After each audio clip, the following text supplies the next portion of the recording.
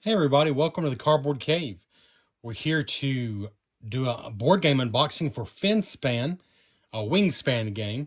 This is a new release, just came out. Well, I just got it literally today, 5 minutes ago. FedEx delivered it.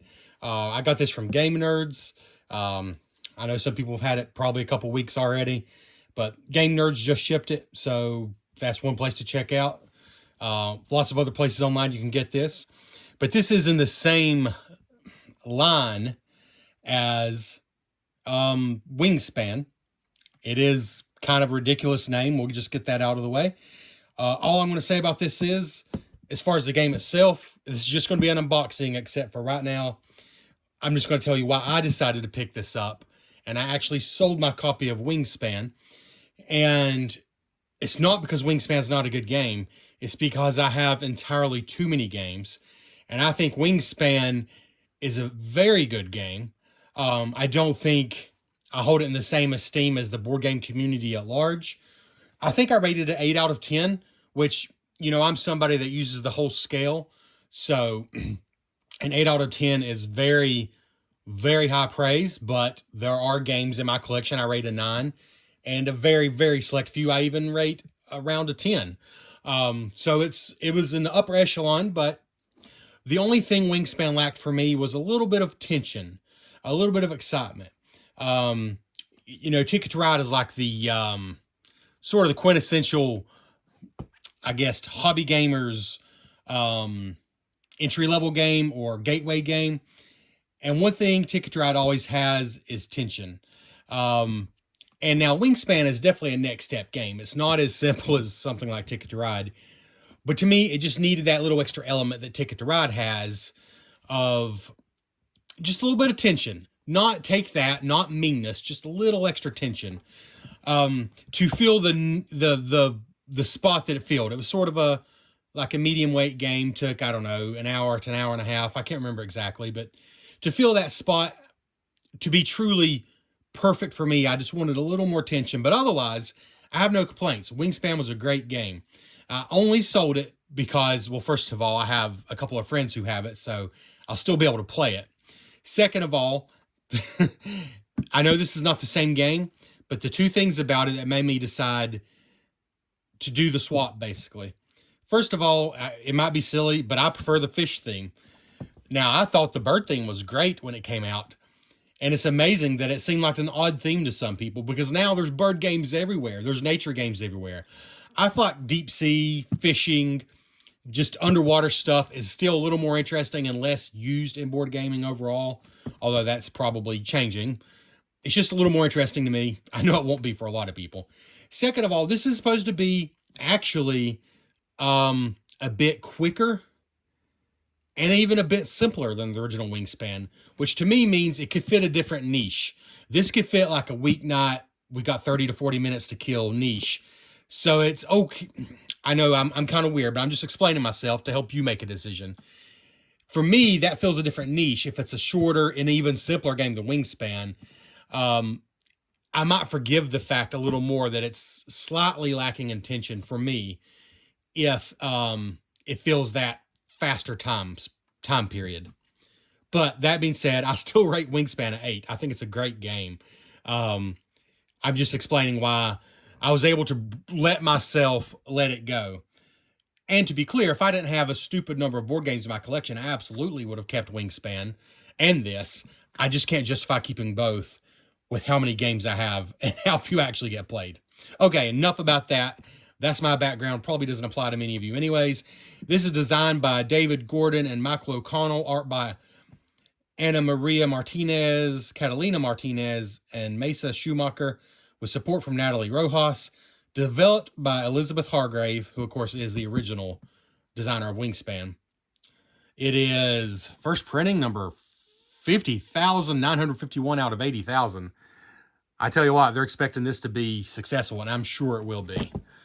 Because, again, despite everything I just said, Wingspan is a great game. Let's get the shrink off before I show you the box, because it's just creating unnecessary glare. Oh, we're also going to show you the upgrade pack, which is totally 100% optional. Does not change gameplay. Just, I don't know. I like the way they look, and since I'm getting rid of Wingspan and replacing a I justified getting the upgrade. I just like how they look. Totally unnecessary. I'm sure the pieces in here are great. When I got this, this was also available in Game Nerds. Around $20. I don't remember the exact amount, something like that. Here's Wingspan with the shrink wrap off. Did I say Wingspan? Finspan. Even the colors look a little bit like Wingspan, and obviously that's on purpose. It does say 1 to 5 players, ages 10 and up, 45 to 60 minutes. I don't remember what Wingspan said on the box, but I've heard multiple people say this is a bit shorter and simpler. Not massively so, but just a bit. Not that Wingspan was a complex game, but you try teaching that to somebody that's played like no board games, and you'll realize it may not be as simple as you think it is if you're a hardcore gamer. So if you want to pause that and take a picture, you can. But there's the components. So you're a marine researcher seeking to find and observe an array of aquatic life in the colorful sunlight zone, the ghostly twilight zone, and the pitch black midnight zone. So you've got 3 different zones of cards, basically. It does look a lot different than the Wingspan boards, but mostly because it's vertical instead of horizontal, I guess. Grow your collection of fish, discover freshly laid eggs, hatch eggs into young, and nurture the young into schools. So you're ultimately trying to create schools of fish, and just scoring points in lots of different ways, I'm sure. A sturdy quality box, as you expect from Stonemaier. Okay, this is, wow. So I assume this is an entirely separate rulebook just for the solo mode. So they take that seriously. They call it a Nautuma because Nautilus, I guess. You know, going with the underwater theme. Kind of goofy, but. So a whole separate rulebook. I actually appreciate that. I'm not a huge fan of like, hey, if you're playing a solo game, make these changes. I actually kind of like having the whole separate rulebook that teaches you from scratch.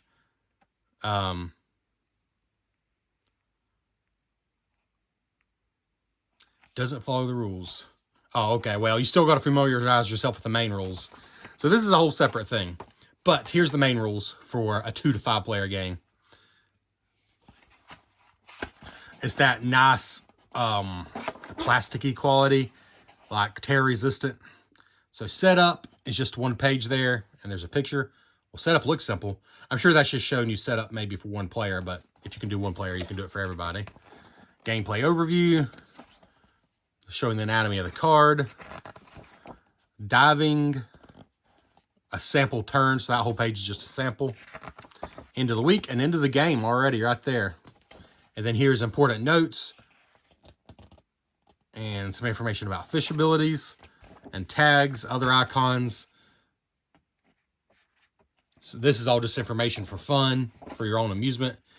And here is iconography on the back.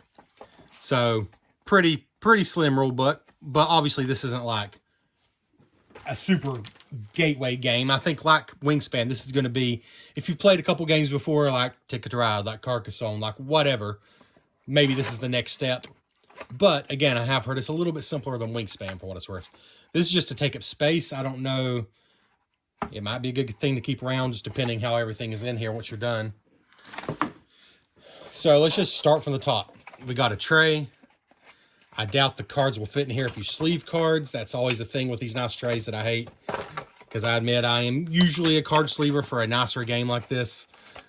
And then the tray is not really going to be able to hold the cards, probably. I mean, there's not much extra room, even if you use thin sleeves. But, ooh, I like this. I hate getting into those plastic packs. And this is probably slightly more environmentally friendly, too. I don't know. I like it for convenience. I mean, it seems to protect them the same. So the backs of the cards. Oh, there's different kinds here. I'm not going to even guess what they are, even though I probably could.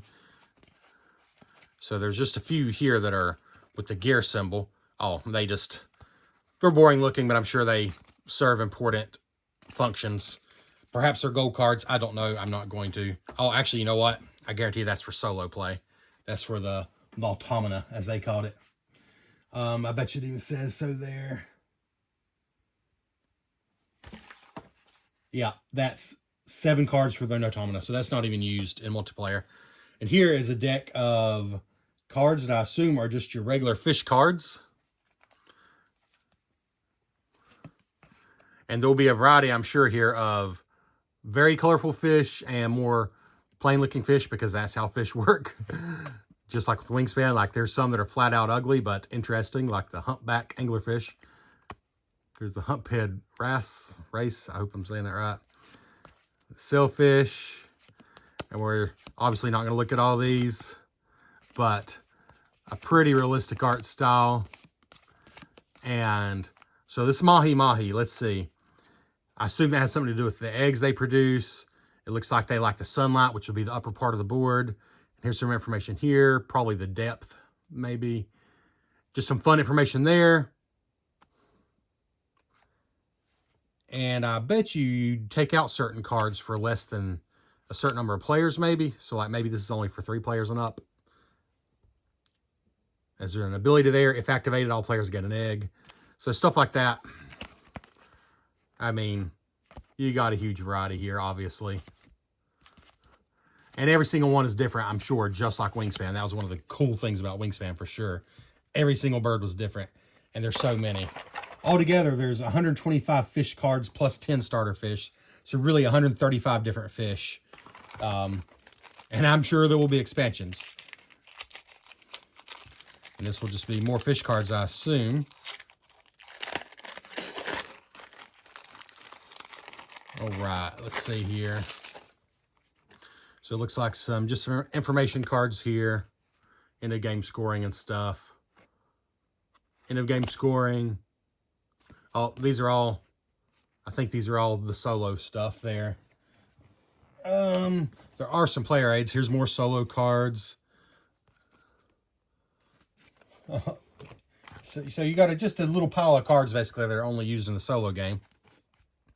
This must be the starter fish because the colors are different on the back.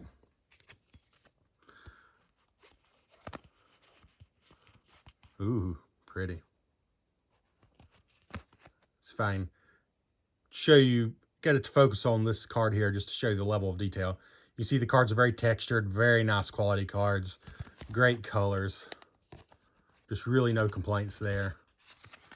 So starter cards, then you just got a bunch more fish cards. I mean, there's just so many. There's Dory. So many cards. All right. Everything from sharks and swordfish to just beautiful tropical fish. All right. So we'll put those in there. There are room for all the cards unsleeved, including the Ultima ones. I guess one option is if you sleeve cards, you could take out, well, obviously, there's room in the box. You don't have to use the trays, so there's always an option. Now, this bag of stuff was in here, and these are the divers. There's 6 of each color. Plus, there's a week tracker token and some candy. Just kidding, don't eat that. Do not eat that. So 6 divers of each color. Let's see here. And a little week tracker token, which I actually like. We'll zoom in a little more. Oh, the divers are cute. You can see one there. They got the little snorkel coming out. You got 6 for each player color, I believe it said. Yeah, 30 divers total. That's fun. I like the colors they picked too. They're not your normal colors. There's the week tracker tokens. Those are fun. All right, so we'll go and take the tray out here. Oh. Okay, you got, I believe that might be another Ultima. No, this is score pad. Okay, this is a score pad for the multiplayer game. Plastic bag. Here are, indeed, what are these? Achievements? Oh, there's an achievement board. Okay, this is an achievement board, which is for the multiplayer game. I was making sure this wasn't another solo thing, but no, this is... Oh, then you got some really nice player aids here. All the ability icons, and then the anatomy of the card. Are they all the same? They are... Yeah, they're all the same. So fish card anatomy, and on the other side, ability icons. I'm guessing the game flow itself is so simple that this is probably mostly what you need, just the icons once you get it going. But I think there is an actual reference card over here somewhere as well. I think. I know there is for the solo game. Anyways, That's nice. All right. All those came in this bag. All right, now we're getting to the, holy moly, this game's gonna take some space. Holy cow. Holy cow. All right. So what we got here are the individual player boards, and it plays up to 5 players, so you got 5 of them. There's not a central board then, is there? It's just the achievement board. Maybe that is the case. But let's move this out of the way. So I'm a little confused about that. I thought there was a central board, but there's not. So, okay, there's 5 ocean mats, 1 per player. So you don't have to have room for some big central board. I was worried about that, but there's not. I should remember that. That's pretty much how Wingspan worked as well, I believe. So on one side, you just got, that's very pretty, honestly. I have to back out a little bit here, though. On one side, you just got pretty artwork. I wonder if they're all the same on the back. They're not. Wow, talk about going above and beyond. This is going to be the whole globe, probably. Because like there is, looks like Africa. This is so cool. This was totally unnecessary, but they did a painting of the whole globe, it looks like, and then spread them out over the 5 boards. So it's just going to turn one board over, because I imagine they are the same on this side, right? They got to be. Let's see. Yeah, I believe so. Yeah, they're the same on this side. Okay. So, I'm just going to take this off here to show you better. This is very pretty. So starting from the top, so pretty. You got like an inlet there. And this is the sunny waters, obviously. So pretty. Obviously, you'll have room for your cards to go out here. And as you get into the twilight waters, and then eventually into the deep, dark waters where, frankly, I don't want to be. But let's see if we just grab a card here. Like, obviously, this is where your cards are going to go, depending on, like this one, I believe, wants to be in the sun, and it's clearly marked sun, twilight, dark, or whatever they called it, but that's the idea. So, wow, very pretty. Again, I'll just try to show you if I can get the boards to stop slipping on each other.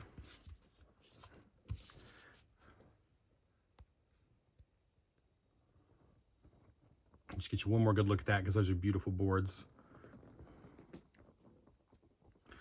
All right, well, we got a few more things to look at here, so let's keep going. All right, we got 2 punch boards. That's the only thing in the main box I've not shown you.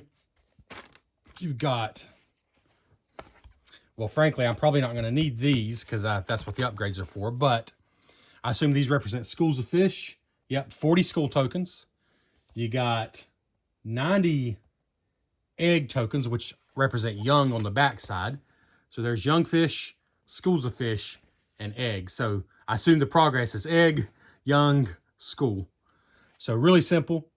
Actually, and I've heard somebody say this, though the upgraded pieces are neat, it's actually more user-friendly just to use the ones that come with the game, because it's super simple. You can just flip this over, and you got the young on the backside, where you got to have a totally separate token with the upgrades, which I will show you. You got a really cool first player token here. A striking fish. It's hard to believe is even a real fish, but it is. What else do we have here? These are achievement tiles. There's 9 of these. There's the other ones. And yeah, then just a heck of a lot more eggs and young fish and schools of fish. And these achievement tokens are different on both sides, by the way. So there's actually more than 9, it would seem. It looks like there's equivalent of 18 achievements possible, because they're all seem to be different on both sides. So there we go. Boards, a bunch of cards, the wooden diver meeples, and sturdy cardboard tokens. So in other words, absolutely nothing that needs to be upgraded. These are all perfectly nice components. That being said, I will show you the upgrade pack now, because that's everything you get in the main game. And I want to mention again, these are incredibly nice quality folding boards. A lesser game might have just made mats, but these are folding boards, which is awesome. And there's 5 of them, because it plays up to 5 players. So that's in some ways, that's the bulk of your contents right there, and they are so nice. Really like those a lot. Let's just leave one folded out there. All right. But here's the upgrade pack, which you can still get, at least last I checked. And it comes in a sealable bag, so I like that. This is 50 squishy egg tokens, 40 young wooden tokens, and 20 wooden school tokens. So 100% all these upgrade are your fish tokens. 100% that's what they do. They replace these and these and these, which in the game are just double-sided, but the 3D tokens, you can't really, it wouldn't really work well double-sided, so they give you schools of fish, young fish, and eggs separately. And I'll be honest, it's kind of the eggs that taught me into it, because they're squishy eggs. That being said, do they give you enough based on what the original game came with? The original game came with 40 school tokens. This says it comes with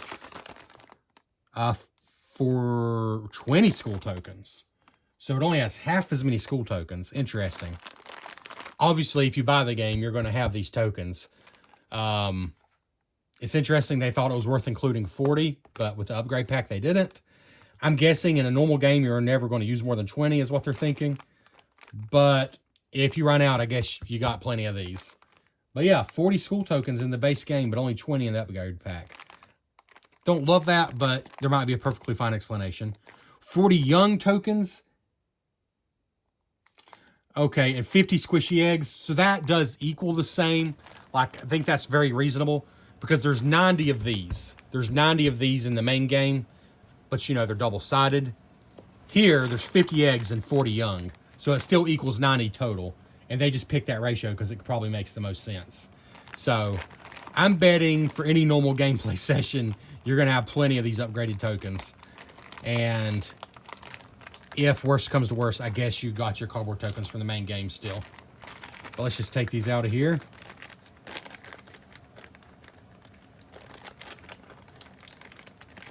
Well, these staples really get me. All right, there we go. Well, let's save the eggs for last. So we got, oh, they're like in little Lego bags. This is how Lego does it usually. Little wooden tokens here. These are your young. They're super cute. They're wooden tokens, just like you'd expect. Just what you'd think they would be. There's supposed to be 40 of those. And then 20 of the school tokens. So right here, which represent a school of fish. Very cute also. Nicely painted. They're all double-sided, so it doesn't matter what side you're on. Just like these are. Very nice. Wooden painted meeples. Very cool. But what sold me on it, like I said, these look like, I don't know, salmon eggs or something to me. So I was a sucker for these. Just get some of them out. There's too many to do it all. These are so cool. Let's see. They are not perfectly round, but close, which I think makes them feel more natural. They're slightly squishy. They're not like gummy bears. They're sort of like a translucent, small, bouncy ball as far as material. Slightly squishy, but not like, again, not like a gummy bear squishy. But they feel great. And they look like fish eggs, so that's perfect. So those are cool. So yeah, the upgrade pack is neat, but I want to repeat one more time. It is 100% for a tactile and visual experience. It is not remotely needed for the game. In fact, you get fewer components with these. You only get half as many as you get in the normal game. So certainly it's not anything besides an upgrade in components. It's not anything to do with gameplay. But that being said, we're going to stop it there. The components are nice. There's really not much else I need to say. And I got pieces everywhere now. Super nice components for Finspan from Stonemeyer Games. Very much inspired by Elizabeth Hargrave's Wingspan, which, again, is an excellent game if you haven't played it. And this, from what I understand, is a fairly different game with some of the same concepts that people seem to really enjoy so far. And I think the only caution I would give is, If you feel like maybe you are, I think this is such an elitist thing to even say, but if you happen to be somebody you feel like you've outgrown Wingspan or you're too advanced for it, which I think is silly. I think we should be able to enjoy games of all different weights. You know, different occasions call for different games. But if you feel like Wingspan is too light for you, you probably want to pass on this one, because I've heard it's actually, again, a little bit more streamlined. You know, they kind of stripped a couple things out, streamlined a couple things, but also plays a bit differently than Wingspan anyway, so it's its own game. Anyways, that's enough. That's been a Finspan unboxing. Very nice components. Very cool upgrade pack, but that's just totally up to you. Don't freak out if you can't get them. They're neat, but they're certainly not more practical than the base components. In fact, they're technically slightly less practical, so don't worry about it if you can't get them, but they're cool. This has been the Cardboard Cave. Please consider liking the video. Leave a comment, especially if you've played Wingspan and Wormspan and Finspan, which there's probably not many of you out there. I would love to know your take. I've only played Wingspan so far. I've not played Wormspan. It looks interesting. But yeah, just let me know your thoughts on the series as a whole, and on this game if you've given it a spin yet. We'll catch you next time on the Cardboard Cave.